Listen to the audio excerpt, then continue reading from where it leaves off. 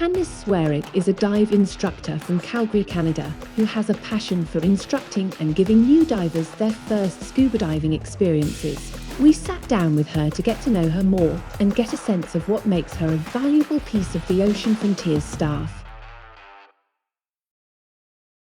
How did you get started with diving?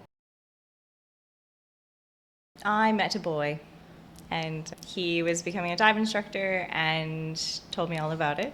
And it sounded really interesting, but I actually had a desperate fear of the water from a dream that I had when I was a child, and it was a reoccurring dream. Oh. So I decided to try it to just see that there's no fear down there, and fell in love with it instantly, even though I was terrified. And then, yeah, just kind of progressed with it over the years, eventually decided to become a dive master and then instructor myself.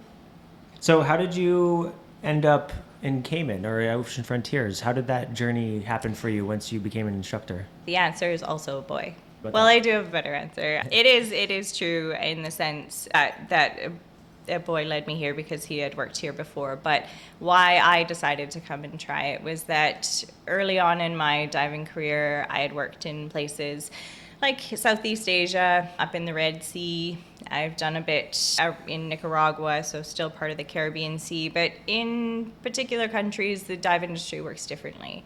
The diving itself is different, and I think I was ready for a bit of a change. I think Cayman is all around diving experience to me. So although in Indonesia, there's beautiful colors, there's, maybe more biodiversity in the water, there's other things to face. There's really strong currents. Sometimes the dive schedules are quite dependent on what's going on with tides or things like that. So it's not as free, it's not as easy diving. And then also, some of the places I've lived, the islands are so tiny, you could walk around the entire island in 3 hours. So here in Cayman, you have a nice balance. You've got the restaurants and shops on the west side you can go to, but on East End here, we're kind of still feel like we're on a smaller tropical island, but we've got access to all the amenities. And then, yeah, the diving's great, the reef's healthy, it's interesting, so I don't get bored at work. It's a balance of teaching, so instructing, and also just guiding. And, we do a lot of other things as well in terms of snorkel trips, and that keeps variety in the job. So for me, that was appealing at that stage in my career. What do you like about being an instructor?